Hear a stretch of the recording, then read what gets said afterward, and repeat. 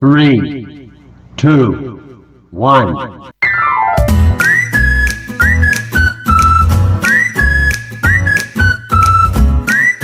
Assalamualaikum warahmatullahi wabarakatuh.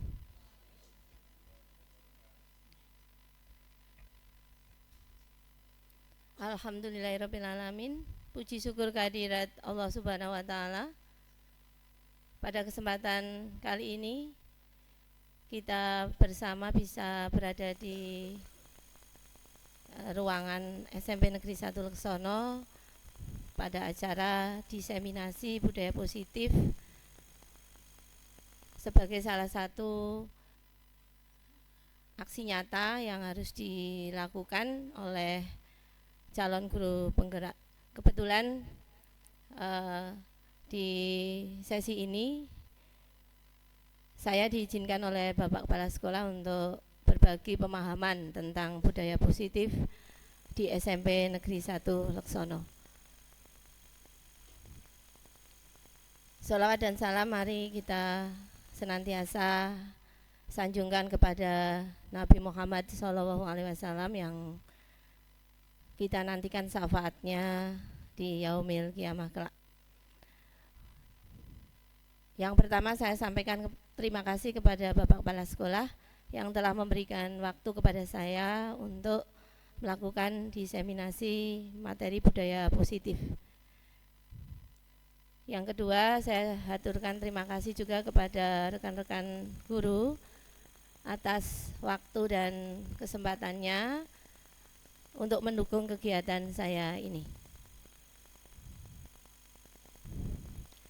Bapak Ibu, tentunya di akhir jam pelajaran ini Bapak Ibu telah melaksanakan kegiatan pembelajaran hingga jam terakhir ini. Tentunya capek nih Bapak Ibu, mohon maaf sekali. Saya meminta waktu Bapak Ibu sekalian. Untuk itu agar kegiatan kita lebih rileks, mungkin kita ice breaking sebentar dengan melakukan gerakan yang akan saya pandu melalui video yang akan saya tampilkan. Mohon berkenannya Bapak Ibu untuk berdiri sebentar.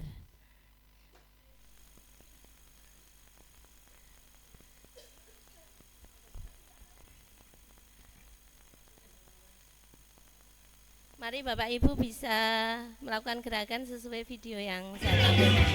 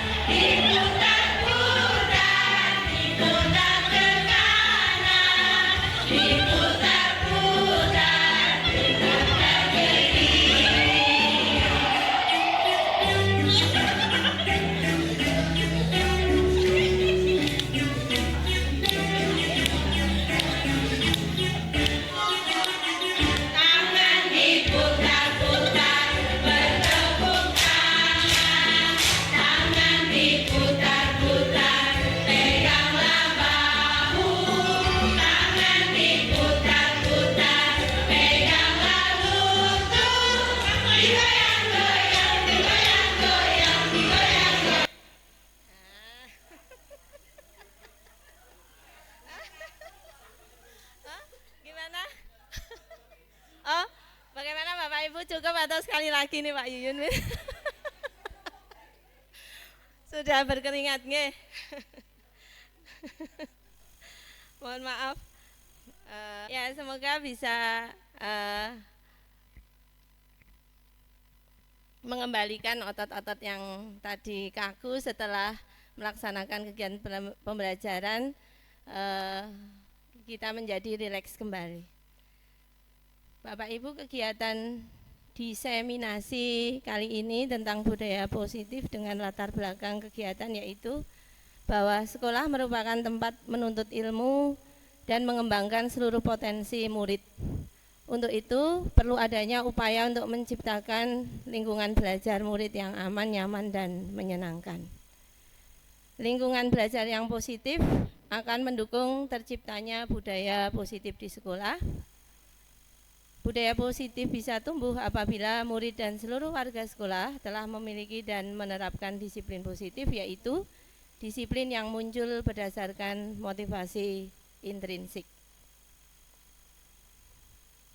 Tujuan kegiatan diseminasi kali ini yaitu berbagi pemahaman tentang 1. Budaya positif, 2.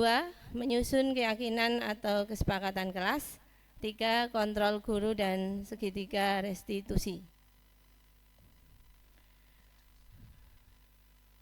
Materi pertama yaitu budaya positif. Budaya positif merupakan perwujudan dari nilai-nilai kebajikan atau keyakinan universal yang diterapkan di sekolah.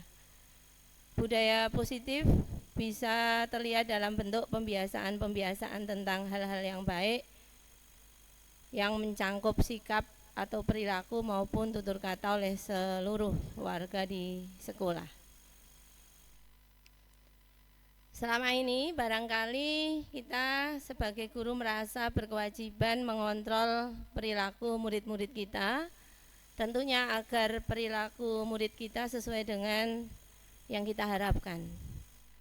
Perwujudan yang kita lakukan yaitu memberikan hukuman kepada siswa yang melakukan kesalahan dan memberikan imbalan terhadap perbuatan baik yang dilakukan oleh siswa kita. Nah, budaya positif ternyata diawali dengan perubahan paradigma tentang teori kontrol. Mari kita melakukan kegiatan kepalan tangan Bapak Ibu. Cobalah buka. Tugas Bapak Ibu adalah mengepalkan salah satu tangan Bapak Ibu, kemudian membayangkan bahwa Bapak Ibu menyimpan sesuatu yang sangat berharga di dalam kepalan tangan Bapak Ibu semua. Kemudian Bapak Ibu perlu menjaga benda tersebut sekuat tenaga karena begitu pentingnya untuk kehidupan Bapak Ibu. Kemudian ada rekan Bapak Ibu yang mencoba dengan segala cara untuk membuka kepalan tangan Bapak Ibu. Teman Bapak Ibu bisa membujuk, menghardik, mengintimidasi, memarahi, menggoda, menggelitik, bahkan menawari Bapak Ibu dengan uang agar Bapak Ibu bersedia membuka kepalan tangan Bapak Ibu. Apa sekiranya reaksi Bapak Ibu semua? Apakah Bapak Ibu akan membuka kepalan tangan Bapak Ibu? Apakah Bapak Ibu atau rekan Bapak Ibu yang akan menutup kepalan tangan Bapak Ibu? Siapa yang akan memegang kendali atau kontrol untuk membuka atau menutup kepalan tangan? Nggih, mau enggak? Bu Kris, terima kasih pendapatnya. Menurut Bu Kris, diri sendiri nggih yang akan mengontrol untuk membuka dan menutup kepalan tangan. Ada yang punya jawaban lain? Bapak Ibu? Oh nggih, Pak. Monggo. Tanpa disuruh-suruh. Ya, nanti sama saja nggih, Pak. Bahwa posisi kontrol itu ada pada diri kita sendiri. Kita sendiri yang bisa mengontrol diri kita, bukan orang lain. Nah, kemudian kaitannya dengan interaksi antara guru dan murid di sekolah, apakah guru bisa mengontrol murid? Jika dari kegiatan kepalan tangan tadi ternyata hanya diri kita sendiri yang dapat mengontrol tindakan yang kita lakukan. Apakah guru bisa mengontrol murid? Nah, kemudian berdasarkan penelitian tentang teori kontrol, semua perilaku manusia pasti memiliki tujuan. Begitu juga dengan perilaku murid-murid kita di sekolah. Bahkan sebuah kesalahan yang dilakukan murid itu juga pasti memiliki alasan. Tentunya alasan yang mendasari perilaku murid itu terkait dengan pemenuhan kebutuhan murid sebagai manusia. Jadi murid adalah manusia yang memiliki kebutuhan dasar seperti halnya kita. Ada 5 kebutuhan dasar yang mendasari perilaku manusia. Yang pertama, kebutuhan bertahan hidup, yaitu terkait dengan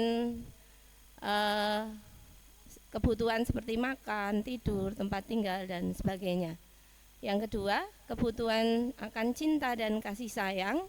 Di sini merasa ada adanya penerimaan keberadaan kita oleh orang lain. Kemudian nomor 3, kebutuhan penguasaan atau pengakuan akan kemampuan kita oleh orang lain. Yang keempat, kebutuhan kebebasan, yaitu kebutuhan untuk melakukan sesuatu berdasarkan pilihan sendiri. Yang kelima, kebutuhan akan kesenangan. Nah, di sini ketika guru sudah mampu memahami kebutuhan dasar setiap murid, maka langkah yang dilakukan adalah dengan menerapkan disiplin positif. Selama ini, disiplin dipahami sebagai tindakan untuk membuat siswa patuh pada segala aturan yang ada di sekolah maupun aturan oleh guru itu sendiri. Kiranya apakah seperti itu penerapan disiplin yang tepat? Andai kata tidak, bagaimana penerapan disiplin yang seharusnya?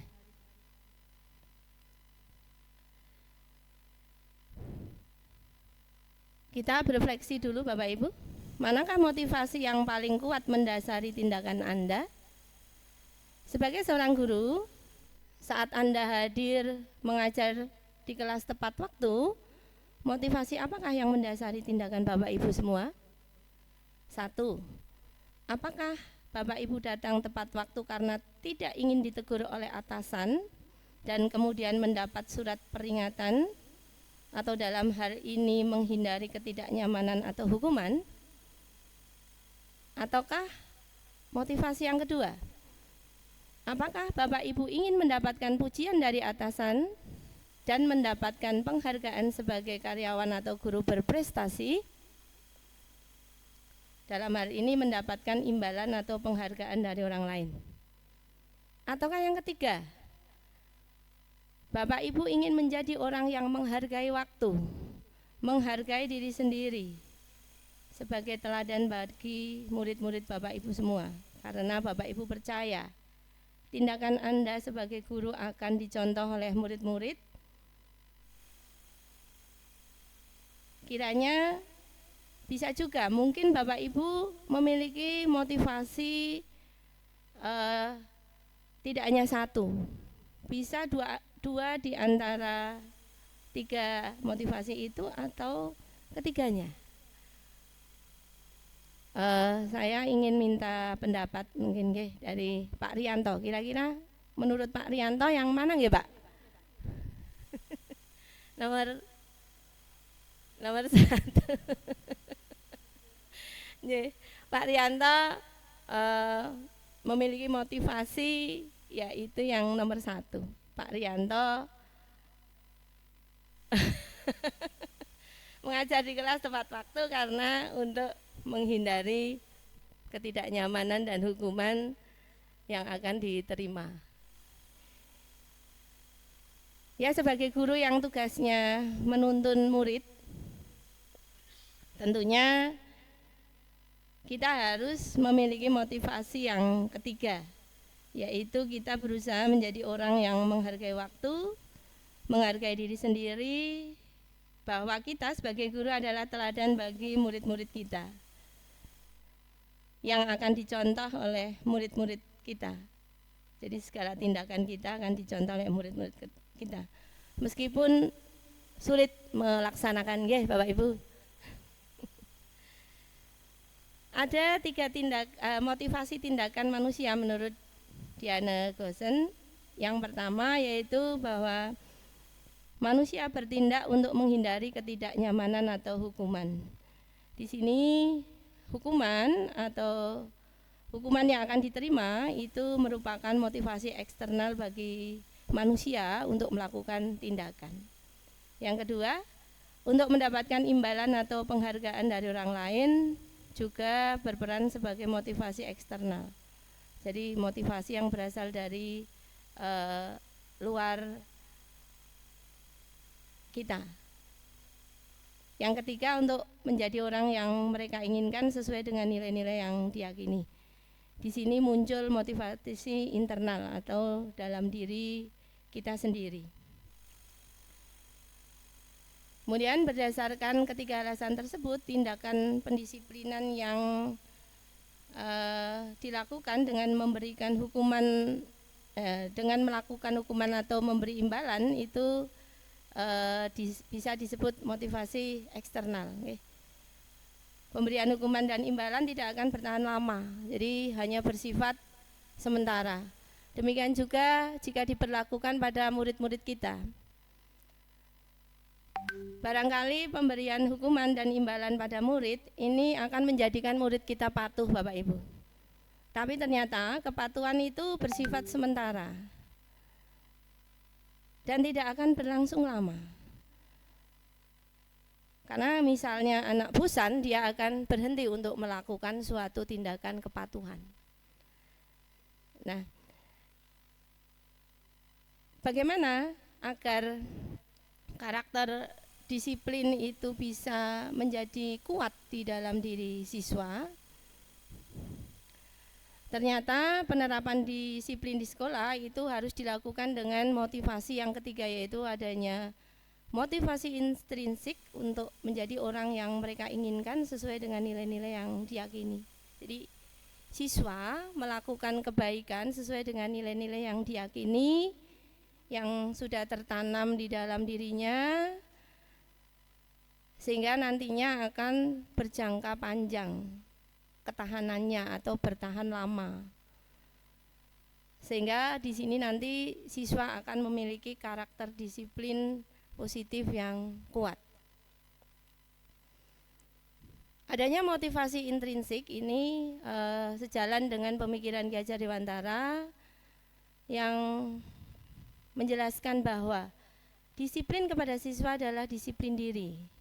Sebab hanya diri sendirilah yang mampu mengontrol, bukan orang lain. Jika belum bisa mengontrol diri, maka penerapan disiplin dilakukan oleh orang lain, tetapi dalam situasi merdeka, bukan keterpaksaan.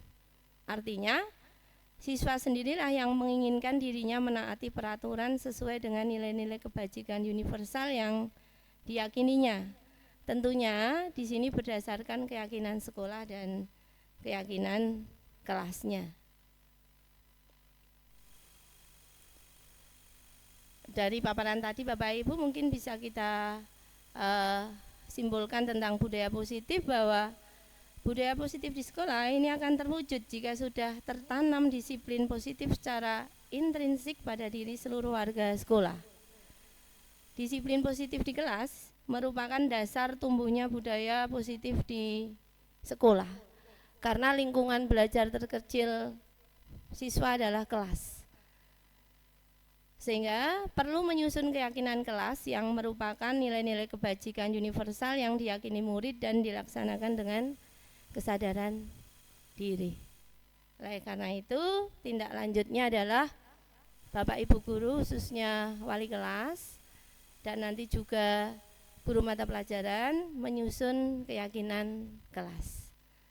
Apa itu keyakinan kelas?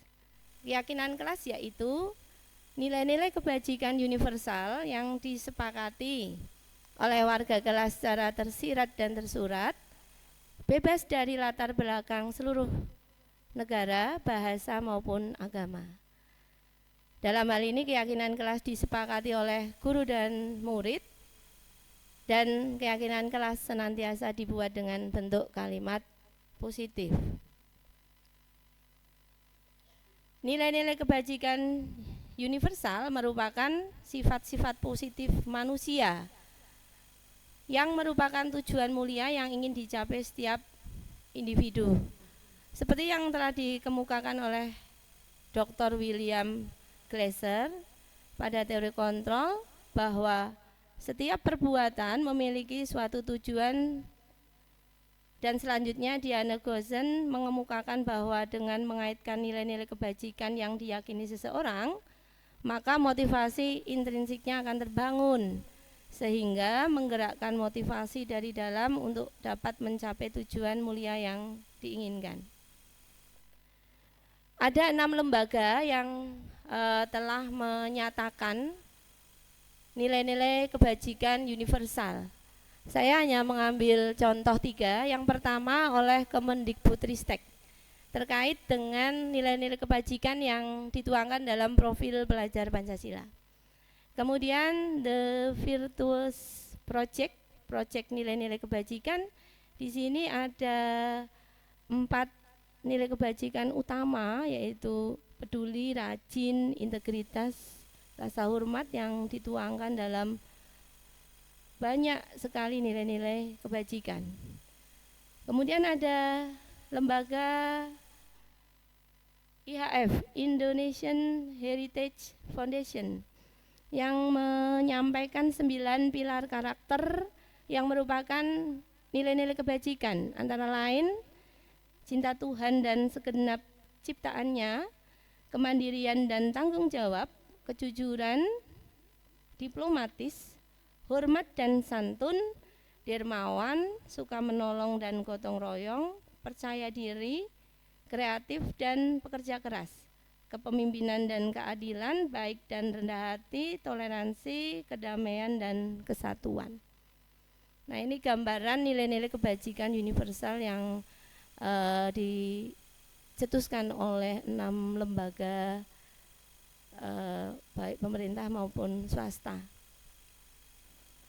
Mengapa keyakinan kelas bukan peraturan kelas? Seseorang akan lebih tergerak dan bersemangat untuk menjalankan keyakinannya atau apa yang diyakininya, daripada hanya sekedar mengikuti serangkaian peraturan tertulis yang kadang tidak bermakna dan juga dilakukan dengan keterpaksaan. Jadi lebih cocok istilahnya adalah keyakinan kelas. Bagaimana prosedur pembentukan keyakinan kelas? Kegiatan awal yang dilakukan guru adalah yang pertama, di sini saya berbagi praktik baik ya Bapak Ibu yang pernah saya lakukan di kelas saya. Kegiatan awal yang saya lakukan yaitu menjelaskan pengertian keyakinan kelas, nilai-nilai kebajikan universal, mengapa keyakinan kelas bukan peraturan kelas, dan tujuan pembentukan keyakinan kelas. Selanjutnya saya mengajak murid curah pendapat untuk menggali dan mengaitkan nilai-nilai kebajikan dengan kelas impian murid. Jadi murid saya beri kesempatan untuk mencurahkan pendapatnya tentang apa sih kelas impian kamu? Bagaimana kelas impian yang kamu inginkan? Ini saya curah pendapat dengan mereka. Mereka saya berikan kesempatan untuk menyampaikan idenya. Kemudian setelah kegiatan awal saya lakukan, saya masuk ke langkah 1, penyusunan keyakinan kelas, yaitu guru mempersilakan murid di kelas untuk curah pendapat tentang peraturan yang perlu disepakati di kelas mereka terkait tadi impian kelas mereka seperti apa. Di sini setiap murid menuliskan ide peraturan pada kertas post-it, kemudian menyampaikan idenya. Jadi menyampaikan di depan kelas, satu anak bergantian, lalu menempelkan post-it di papan tulis. Langkah kedua yaitu mengubah peraturan yang telah disampaikan murid menjadi kalimat yang lebih positif. Jadi keyakinan kelas itu harus berupa kalimat positif. Kalimat positif salah satu cirinya adalah tidak mengandung kata tidak. Bagaimana ini Pak Sofa kalimatnya? Kalimat positif, susunan kata-katanya tidak ada kata tidak. Nggih, Pak. Menghindari kata tidak dalam menyusun kalimat, begitu nggih. Nah, di sini pasti muncul dari pendapat anak itu yang diawali dengan kata tidak ataupun mengandung kata tidak. Contohnya ini yang saya temui di kelas saya, tidak berbicara kotor. Nah, ini masih berupa kalimat negatif. Kemudian datang ke sekolah tidak terlambat. Nah, ini juga kalimatnya negatif. Kemudian anak saya minta untuk mengubah kalimat menjadi kalimat positif. Sehingga anak mengubah penulisan kalimatnya dari tidak berbicara kotor menjadi berbicara dengan sopan dan santun. Kemudian kalimat kedua misalnya, datang ke sekolah tidak terlambat diubah menjadi datang ke sekolah tepat waktu, gitu. Jadi kalimat keyakinan kelas ini mengandung kalimat positif. Langkah ketiga yaitu beberapa perwakilan murid diminta untuk mengelompokkan ide peraturan yang sama. Langkah keempat yaitu mengajak murid untuk menemukan nilai kebajikan atau keyakinan yang dituju dari peraturan tersebut. Jadi mengaitkan satu persatu keyakinan kelas yang tadi telah dikelompokkan itu dengan nilai kebajikan yang sesuai. Langkah kelima yaitu guru dan murid meninjau ulang keyakinan kelas secara bersama-sama. Beberapa peraturan telah disatukan menjadi beberapa keyakinan, sekitar 3-7 keyakinan mungkin. Jangan terlalu banyak agar mudah diingat dan dijalankan. Kemudian guru dan murid menyetujui dan menandatangani keyakinan kelas. Ya, karena murid kita kan cukup banyak, satu kelas 32, sehingga mungkin perlu lembar tersendiri. Minta respon dan umpan balik dari murid. Bisa menggunakan berbagai cara, baik secara langsung curah pendapat maupun melalui aplikasi Google Form atau aplikasi lain yang menarik. Kahoot, apa Bu Wina pembacanya? Oh, Kahoot. Apalagi Bu Wina nggih? Yang menarik itu. Kuisis nggih dan sebagainya. Bapak Ibu sudah banyak yang ahli untuk membuat aplikasi yang menarik bagi murid. Kemudian keyakinan kelas yang sudah dibuat oleh guru dan murid ini jangan lupa harus didalami kembali. Dalam bentuk apa Bapak Ibu? Melengkapi keyakinan kelas dengan konsekuensi yang harus diterima murid jika melanggar. Di sini memang ada peran pengendalian diri bagi murid. Kemudian konsekuensi itu harus logis, bersifat mendidik, dan disepakati oleh warga kelas ini yang penting.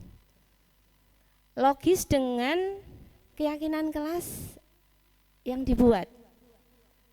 Mendidik ini artinya membuat murid merubah perilakunya menjadi lebih baik ataupun menguatkan perilaku yang sudah baik.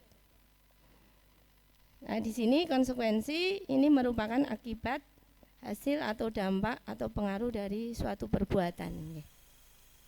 Nah, untuk membedakan hukuman atau konsekuensi yang diberlakukan pada keyakinan kelas, mungkin kita bisa membedakannya melalui data berikut. Yang pertama, hukuman itu tidak terencana atau dilakukan secara tiba-tiba. Sedangkan konsekuensi itu sudah terencana dan sudah disepakati. Tentunya juga disetujui oleh murid dan guru. Kemudian hukuman ini diberlakukan pada murid. Murid tidak tahu jika hukuman itu akan terjadi, karena murid tidak dilibatkan dalam penentuannya. Sedangkan konsekuensi dibuat oleh guru dan murid, sehingga ketika murid menjalankan konsekuensi itu sudah tahu sebelumnya. Kemudian hukuman bersifat satu arah, satu pihak, di mana guru yang membuat hukuman sedangkan murid ini yang melaksanakan. Sedangkan konsekuensi ini dibuat dua pihak, yaitu kesepakatan antara guru dan murid. Hukuman yang diberikan bisa berupa hukuman fisik maupun psikis, sehingga ada dampak negatifnya, yaitu murid merasa tersakiti oleh perbuatan atau kata-kata dari hukuman itu. Sedangkan pada konsekuensi, memang murid tetap dibuat tidak nyaman akibat dari pelanggaran yang dilakukan, tetapi ini hanya berlaku jangka pendek saja, karena guru senantiasa memonitor murid. Nah, Bapak Ibu, refleksi setelah penyusunan keyakinan kelas dan rencana penerapan ke depan, tentunya setelah terbentuk keyakinan kelas, di sini peran guru adalah mengontrol pelaksanaan keyakinan kelas secara konsisten.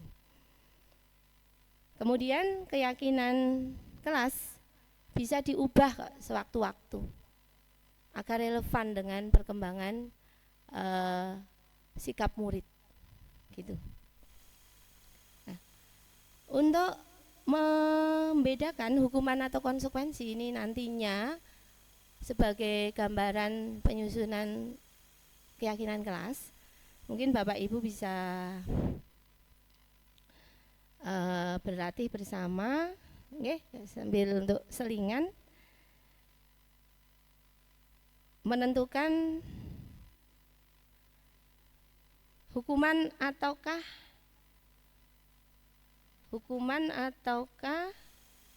konsekuensi. Coba Bapak Ibu kita lihat, ketika anak diberi kegiatan mencatat 100 kali di dalam buku tentang kalimat, saya tidak akan terlambat lagi karena terlambat ke sekolah. Ini diberikan kepada anak yang terlambat. Kira-kira merupakan hukuman atau konsekuensi?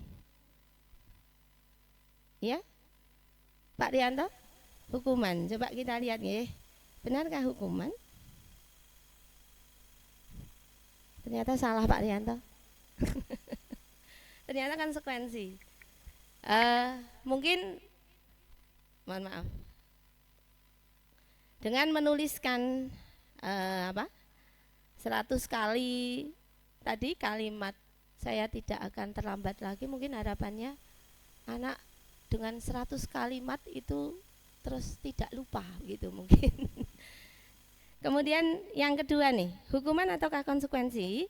Murid lari mengelilingi lapangan basket 2 kali karena terlambat hadir di sekolah. Hukuman, ya. Merupakan hukuman, ya. Karena ya tidak ada hubungannya terlambat dengan lari mengelilingi lapangan. Membersihkan coretan yang dibuatnya di meja tulis. Konsekuensi, coba kita lihat. Hukuman. Iya, tidak ada hubungannya, nggih Bapak Ibu, tidak ada kaitan. Menggantikan kertas tugas teman yang telah dicoret-coret. Konsekuensi, ya. Kemudian berjemur di lapangan basket pukul 12 siang karena mengobrol dengan teman. Hukuman. Ya. Terus tidak ada hubungannya dengan mengobrol dan berjemur. Murid diminta bertelanjang kaki sepanjang hari karena tidak menggunakan sepatu warna hitam sesuai peraturan sekolah. Coba.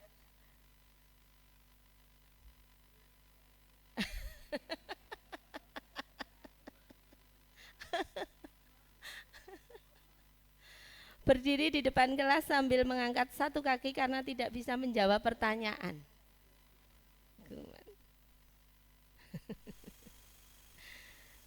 Membersihkan tumpahan air di meja tulis karena tersenggol pada saat belajar. Konsekuensi, ya. Kehilangan 10 menit jam istirahat untuk mengerjakan tugas karena terlambat datang dan tertinggal pelajaran 10 menit. Konsekuensi, ya, benar. Duduk di bangku di pinggir lapangan pada saat jam istirahat, tidak diizinkan bermain oleh guru piket karena mencederai teman saat bermain di lapangan. Konsekuensi. Iya. Cukup nggih Bapak Ibu. Jadi dalam menyusun konsekuensi dari pelanggaran keyakinan kelas itu harus logis dan bersifat mendidik.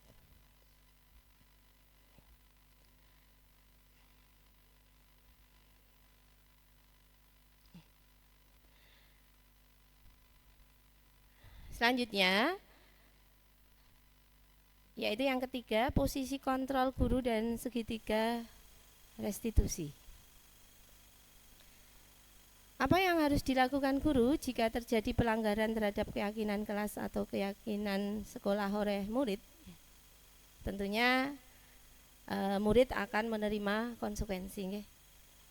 Nah, terkait dengan pelanggaran keyakinan kelas oleh murid, posisi kontrol apa yang harus diambil guru untuk menyelesaikan masalah murid?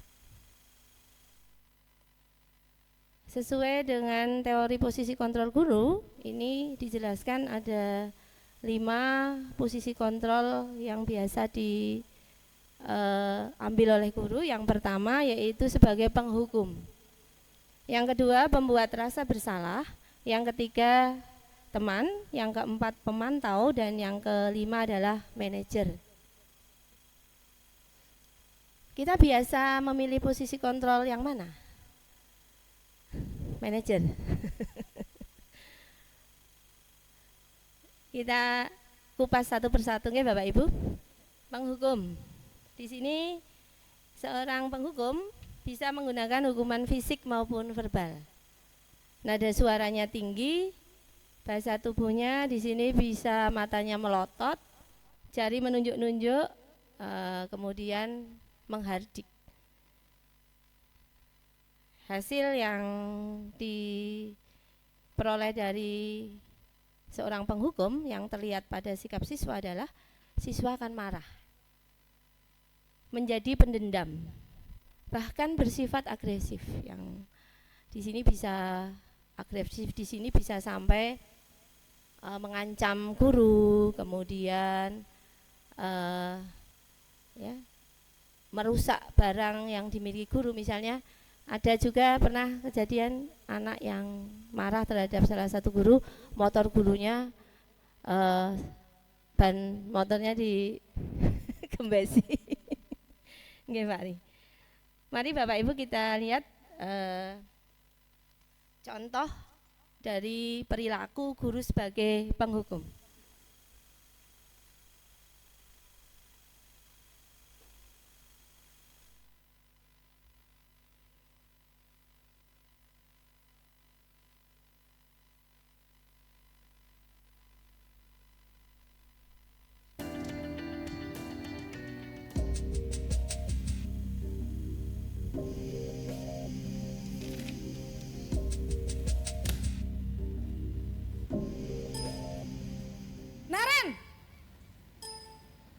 Sini kamu.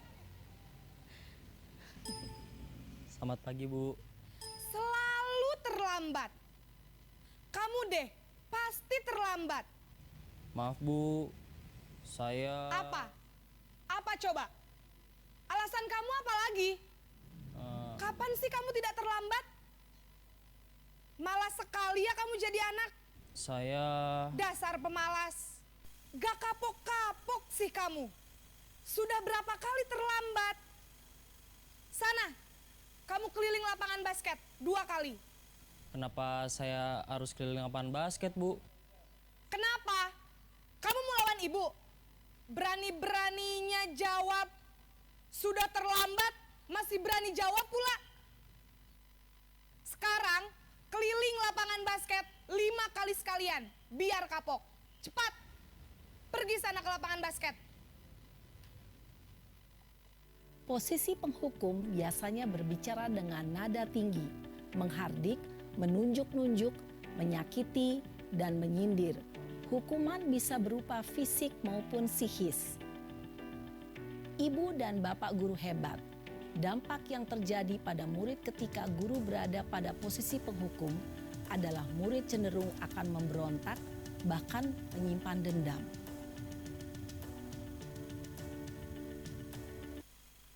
Ya, dari tayangan video tadi terlihat bahwa seorang guru yang mengambil posisi penghukum di sini menggunakan hukuman fisik maupun verbal dengan ada suara tinggi. Kemudian dampak bagi murid adalah pendendam bersifat agresif. Kemudian posisi kontrol yang kedua yaitu pembuat merasa bersalah. Di sini guru akan bersuara lebih lembut, menggunakan keheningan yang membuat orang lain merasa tidak nyaman, bersalah atau rendah diri. Nada suaranya akan memelas, bahasa tubuhnya merapat pada anak. Di sini disebutkan bahwa nada suaranya itu lesu, tidak bersemangat. Hasil atau dampaknya pada murid yaitu murid akan merasa bersalah, akan menjadi orang yang gagal dan tidak sanggup membahagiakan orang lain.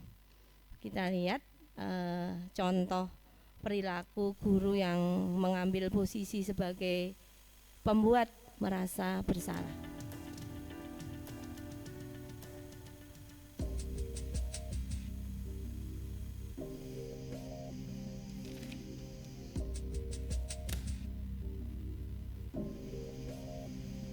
Naren,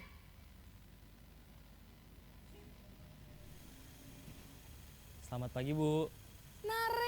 Naren, kamu kenapa terlambat lagi, nak? Ya Tuhan, Naren, kamu senang ya bikin ibu susah ya?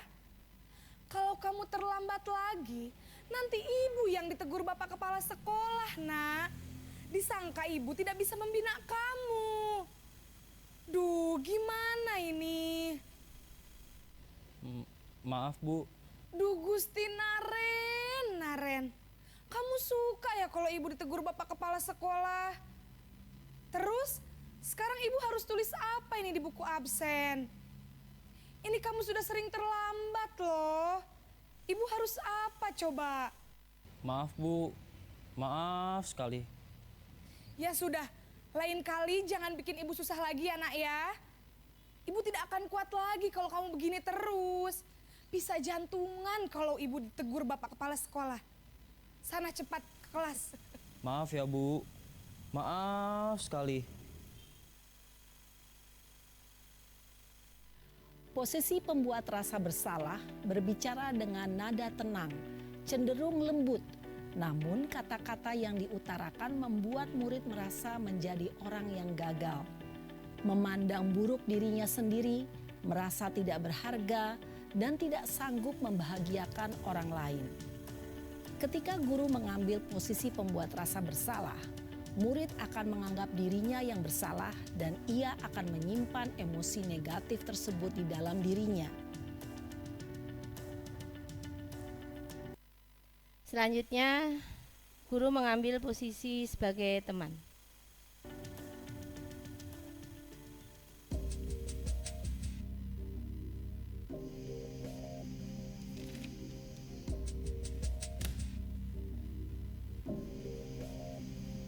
Naren,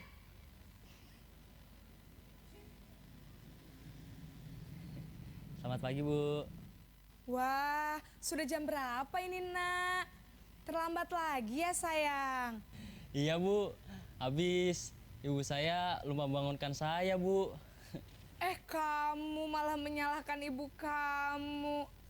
Kamu bukannya anak yang larinya paling kenceng. kok terlambat sih? Iya Bu, saya memang terlambat bangun tadi. Jadi biarpun saya lari kencang, tetap gak kekejar Bu. Ya sudah sana, nanti lain kali larinya lebih kenceng lagi ya. Biar gak terlambat lagi. Bikin seneng ibu, demi ibu. Bisa kan? Bisa lah Bu.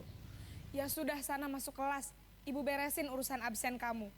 Kamu ini ada-ada saja.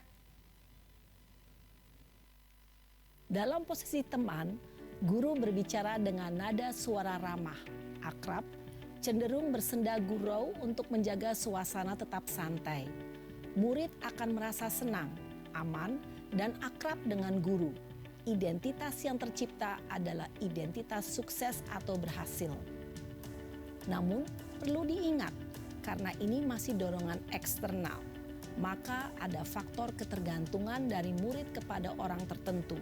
Di sini guru absennya, sehingga di lain waktu murid bisa berperilaku baik, namun hanya kepada orang-orang tertentu saja.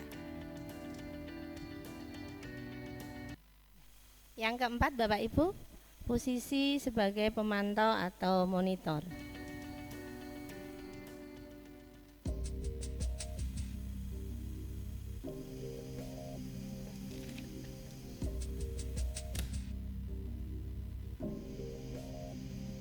Naren!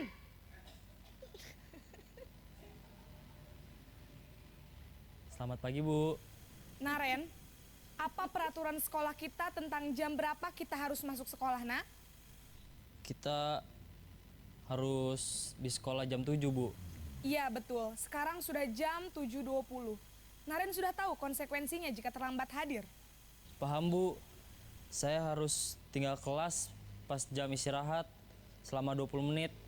Iya benar, konsekuensinya demikian.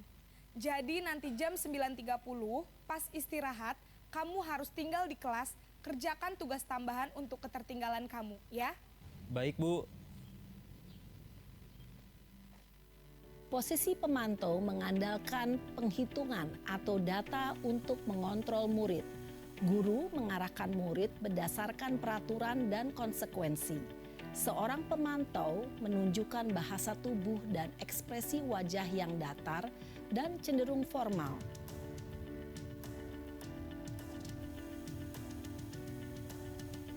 Yang terakhir Bapak Ibu, posisi guru sebagai manajer.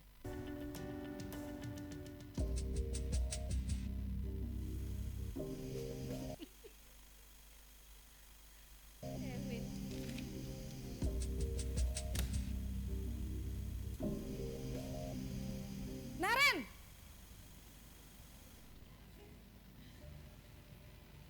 Selamat pagi Bu.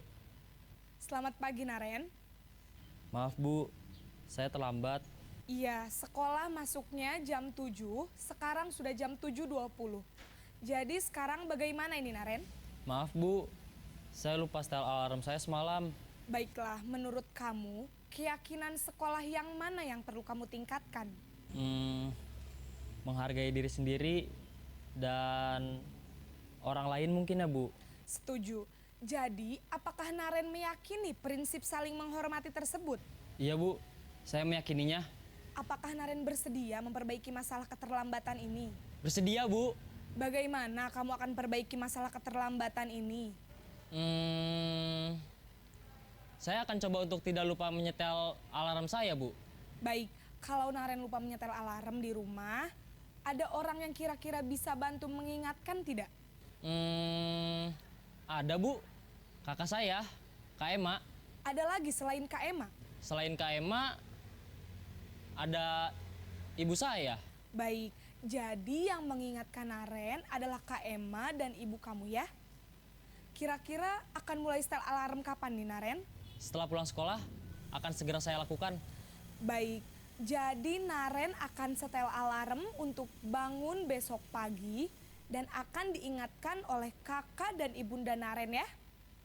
Ada lagi yang mungkin perlu dilakukan, Naren? Agar tidak terlambat bangun lagi. Tidak ada Bu. Baik, Naren. Terima kasih untuk kerjasama kamu. Sekarang kamu perlu kembali ke kelas untuk belajar. Baik Bu, terima kasih. Posisi manajer adalah posisi kontrol yang disarankan untuk membimbing murid memiliki sikap disiplin yang positif, yaitu murid yang mandiri, bertanggung jawab, dan dapat memecahkan masalah. Tujuan dari posisi ini adalah agar murid dapat berefleksi atas tindakannya. Guru akan dengan tulus memberikan pertanyaan-pertanyaan bermakna, sehingga membuat murid dapat belajar dari kesalahannya dan mencari sebuah solusi untuk menyelesaikannya. Demikian gambaran posisi kontrol guru. Jadi ada 5 posisi kontrol yang bisa diambil oleh Bapak Ibu guru, dan Bapak Ibu semua tentunya telah membandingkan bagaimana posisi penghukum, pembuat merasa bersalah, kemudian teman, pemantau, dan manajer. Nah, posisi kontrol guru yang diharapkan adalah sebagai manajer. Bagaimana seorang guru agar bisa menerapkan posisi kontrol manajer? Tentunya dengan menerapkan langkah-langkah restitusi, atau yang sering disebut dengan 3 sisi segitiga restitusi. Apa itu restitusi? Oleh beberapa ahli dinyatakan bahwa restitusi adalah proses menciptakan kondisi bagi murid untuk memperbaiki kesalahan mereka sehingga mereka bisa kembali pada kelompok mereka dengan karakter yang lebih kuat. Ini menurut Diana Gosen. Kemudian restitusi juga merupakan proses kolaboratif antara guru dan murid yang mengajarkan murid untuk mencari solusi tentang masalah mereka, membantu murid berpikir tentang orang seperti apa yang mereka inginkan dan bagaimana mereka harus memperlakukan orang lain. Ini menurut Gosen juga tahun 1996. Ciri-ciri restitusi yaitu yang pertama, restitusi bukan untuk menebus kesalahan namun untuk belajar dari kesalahan. Restitusi memperbaiki hubungan. Restitusi merupakan tawaran, bukan paksaan. Restitusi menuntun murid untuk melihat ke dalam dirinya. Restitusi mencari kebutuhan dasar yang mendasari tindakan murid. Restitusi diri adalah cara yang paling baik untuk dalam hal ini adalah evaluasi diri. Restitusi fokus pada karakter bukan tindakan. Restitusi menguatkan karakter anak. Restitusi fokus pada solusi akan kesalahan anak. Dan yang terakhir, restitusi mengembalikan murid yang berbuat salah pada kelompoknya. 3 sisi segitiga restitusi. Yang pertama adalah guru menstabilkan identitas. Di sini tindakan yang dilakukan guru bisa mengucapkan beberapa contoh kalimat, yaitu setiap orang pasti pernah melakukan kesalahan. Jadi membuka wawasan pada murid bahwa manusiawi jika berbuat kesalahan. Tidak hanya dia sendiri yang bersalah, orang lain pernah berbuat salah. Sehingga kondisi murid akan stabil, tidak terlalu dipojokkan bahwa hanya dia yang bersalah. Kemudian kamu bukan satu-satunya yang pernah melakukan ini. Di sini menstabilkan identitas murid. Kemudian yang kedua adalah validasi tindakan yang salah. Dengan cara mungkin menanyakan, kamu tentu punya alasan mengapa melakukan itu. Adakah cara yang lebih efektif untuk mendapatkan apa yang kamu butuhkan? Di sini ada membuka wawasan juga kepada murid tentang tindakan yang dia lakukan itu salah. Kemudian mengarahkan bagaimana sebaiknya tindakan yang benar. Kemudian langkah yang ketiga yaitu menanyakan keyakinan. Keyakinan kelas atau sekolah mana yang dilanggar? Kamu ingin jadi orang seperti apa? Bagaimana solusinya? Begitu. Di sini sisi yang pertama menstabilkan identitas itu sebagai bagian dasar dari segitiga restitusi. Mengubah identitas anak dari yang gagal menjadi orang yang sukses. kalimatnya, contohnya banyak nggih Bapak Ibu. Nah, seperti yang ada pada slide nggih. Kemudian validasi tindakan tadi dilakukan dengan tujuan memenuhi kebutuhan dasar murid yang belum terpenuhi yang mana. Murid diajak mengungkap kebutuhan dasar yang mendasari tindakannya apa. Kemudian yang ketiga, menanyakan keyakinan kelas yang dia langgar dan bagaimana cara atau solusi dari murid itu, atau dengan kata lain kita meminta pendapat, sharing pendapat dengan murid dengan kalimat mungkin apa bayangan kita tentang kelas yang ideal, apa keyakinan kelas yang kamu langgar gitu. Coba kita simak contoh penerapan segitiga restitusi ketika menyelesaikan masalah murid. Kebetulan kondisi ini adalah ada seorang murid yang mengalami masalah, yaitu merasa difitnah oleh teman-temannya.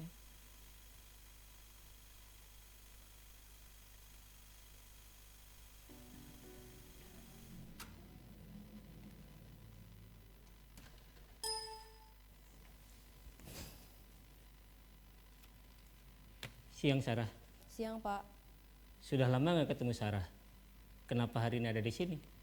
Kesel Pak, kesel banget. Masa aku dikatain tukang fitnah Pak? Ya aku marah lah. Aku balik ngatain Eka di depan kelas. Kesel banget. Oh begitu. Ya pasti kamu marah dan kesal. Bapak juga akan marah apabila ada yang menuduh Bapak seperti itu. Kemudian pada saat itu kamu mau melakukan apa? Ya saya langsung ngatain Eka lah Pak. Kesel banget. Saya bentak-bentak dia depan teman-teman lain. Oh begitu. Pasti kamu melakukan seperti itu karena suatu alasan tertentu bukan? Iyalah, masa saya diam saja Pak? Ya saya bela diri lah. Masa saya dituduh tukang fitnah? Ya wajarlah. Mempertahankan harga diri itu sesuatu yang penting buat kamu. Untung kamu tidak bertindak lebih gegabah lagi. Hanya membentak-bentak. Iya Pak. Untung saya masih bersabar dan hanya membentak saja. Sudah gemes padahal, saya pasti bela diri lah. Ya pasti ya, tapi kamu memilih untuk tetap bertahan dan bersabar. Kamu memilih untuk tidak berbuat lebih parah lagi bukan? Iya. Nah sekarang coba kita lihat lagi tindakan kamu yang bentak-bentak Eka di kelas. Tindakan kamu itu kira-kira sesuai dengan keyakinan kelas atau prinsip kamu tidak? Enggak lah Pak. Capek Pak jadi pemarah. Jadi keyakinan atau prinsip mana yang kurang sesuai dengan keinginan kamu? Ya, saya sebenarnya sangat menghargai orang lain. Mungkin saat itu saya menjadi emosi, jadi tidak menunjukkan sikap itu. Kamu meyakini tidak? Menghargai orang lain itu penting buat kamu. Yakinlah Pak. Iya, setuju. Kita harus saling menghargai. Namun, ada juga keyakinan yang kita sepakati yang perlu kita jalankan apabila kita sedang marah, bukan? Ya saya bisa lebih proaktif, mulai dengan diri sendiri. Saya bisa jadi lebih bersabar, mengambil waktu jeda untuk berpikir mau apa selanjutnya. Kira-kira kamu bersedia memperbaiki masalah ini tidak? Bersedia Pak. Kalau kamu memperbaiki masalah ini, kamu akan menjadi orang seperti apa? Saya akan menjadi orang yang bertanggung jawab kali ya Pak. Dan senantiasa proaktif. Iya, menurut kamu bagaimana rasanya menjadi orang seperti itu? Ya nyaman lah, bangga bisa bersabar dan menahan diri. Baiklah kalau begitu. Yuk kita pikirkan bagaimana memperbaiki masalah ini. Demikian Bapak Ibu contoh dari penerapan segitiga restitusi. Yang pertama, langkah yang diambil oleh guru adalah menstabilkan identitas. Yang kedua adalah memvalidasi tindakan murid. Yang ketiga adalah menanyakan keyakinan kelas. Demikian diseminasi pemahaman materi budaya positif yang saya sampaikan. dari apa yang saya sampaikan saya bisa menyimpulkan yang pertama bahwa budaya positif di sekolah itu akan terbangun jika di dalam diri warga sekolah telah ada disiplin positif yang dilaksanakan secara intrinsik. Artinya telah muncul motivasi intrinsik pada diri setiap warga sekolah. Yang kedua, membangun motivasi intrinsik itu pada diri murid diawali dari kelas, sehingga diperlukan pembentukan atau penyusunan keyakinan kelas oleh guru dan murid beserta konsekuensinya. Yang ketiga, bahwa guru diharapkan mengambil posisi kontrol sebagai manajer karena penerapan segitiga restitusi itu akan bermanfaat bagi murid, yaitu mengajak murid belajar dari kesalahan. Murid diajak untuk berpikir, berefleksi tentang penyebab kesalahan.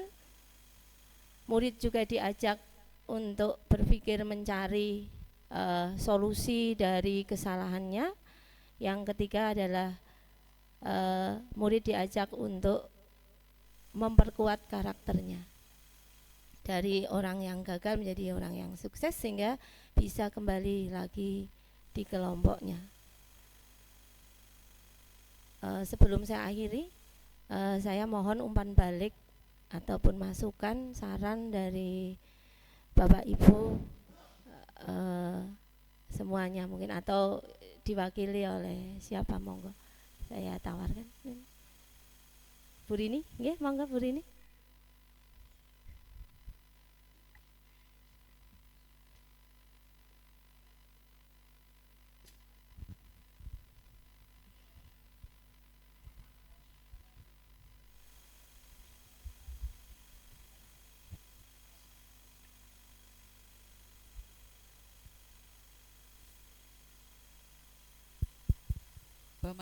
Pemaparan yang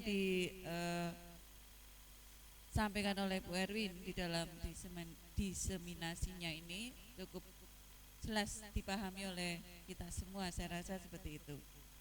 Kemudian untuk disiplin positif di sekolah, di samping harus menumbuhkan disiplin diri atau disiplin yang bermuara dari kesadaran diri, baik guru maupun murid, juga diperlukan kolaborasi dari seluruh elemen atau seluruh ekosistem yang ada di sekolah. Kemudian Bapak Ibu guru sebagai penuntun murid itu juga patut untuk selalu menjadi teladan bagi murid-murid kita. Kemudian bahwa pemahaman ini tidak hanya cukup untuk paham saja menurut saya, tapi lebih penting adalah dilaksanakan, meskipun itu secara tertatih-tatih kita belajar bersama, berkolaborasi untuk menumbuhkan disiplin pada diri kita sendiri maupun nanti berimbas kepada murid-murid kita. Itu terima kasih. Assalamualaikum warahmatullahi wabarakatuh. Waalaikumsalam warahmatullahi wabarakatuh. Terima kasih Bu Rini atas umpan balik, masukan dan saran yang sangat membangun.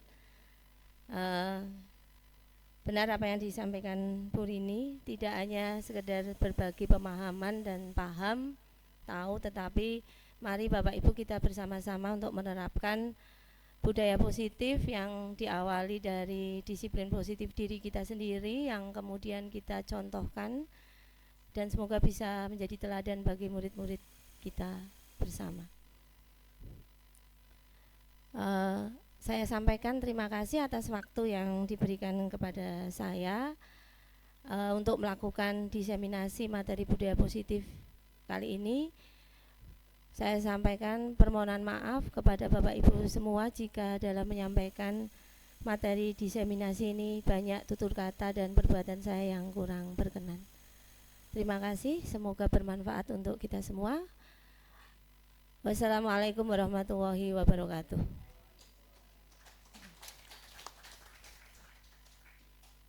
Matur nuwun.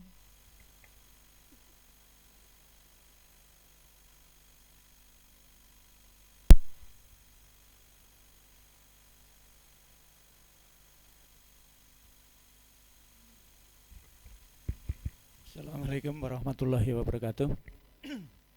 Selamat siang dan salam sejahtera bagi kita semua. Bapak Ibu yang kami hormati, kami ucapkan terima kasih sehingga Bapak dan Ibu bersedia untuk duduk sampai 14.30, sekarang 14.25. Terima kasih untuk Bu Erwin. Saya hanya menyampaikan satu kalimat saja. Saya menulis 8, tetapi yang akan saya sampaikan satu saja, yang di nomor 8. Jadikanlah refleksi ini untuk refleksi bagi kita sebagai murid. Kalimatnya saya ulangi. Jadikanlah refleksi hari ini untuk refleksi kita sebagai murid. Mumet. Aku guru kok tekan dadi murid. Oleh karena itu, kita tidak perlu mengharap orang lain, tetapi mengharap kepada diri kita sendiri. Saya yakin, saya sudah berulang-ulang menyampaikan bahwa motivasi intrinsik itu lebih kuat daripada motivasi ekstrinsik, internal maupun eksternal. Oleh karena itu, agar hari ini betul-betul refleksi itu bermakna, mari kita refleksikan pada diri kita sendiri.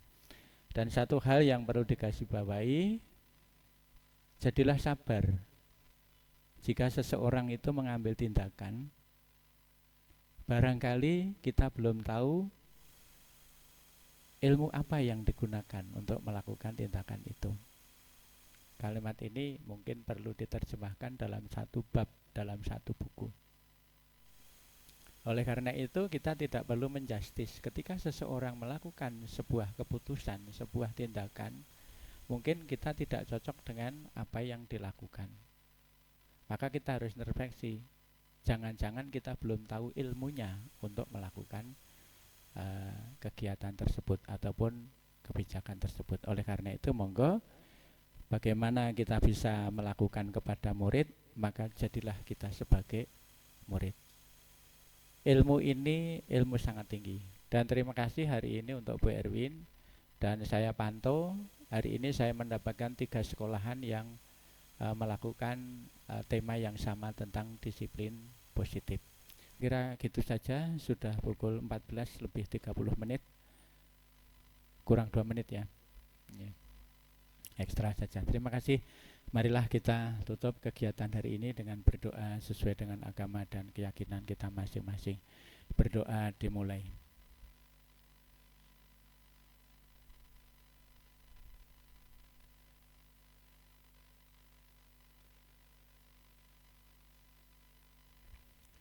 Berdoa selesai. Terima kasih. Mohon maaf meskipun kalimat saya sedikit, banyak sekali kekurangan dan kesalahannya. Saya mohon maaf yang sebesar-besarnya. Saya kira wassalamualaikum warahmatullahi wabarakatuh.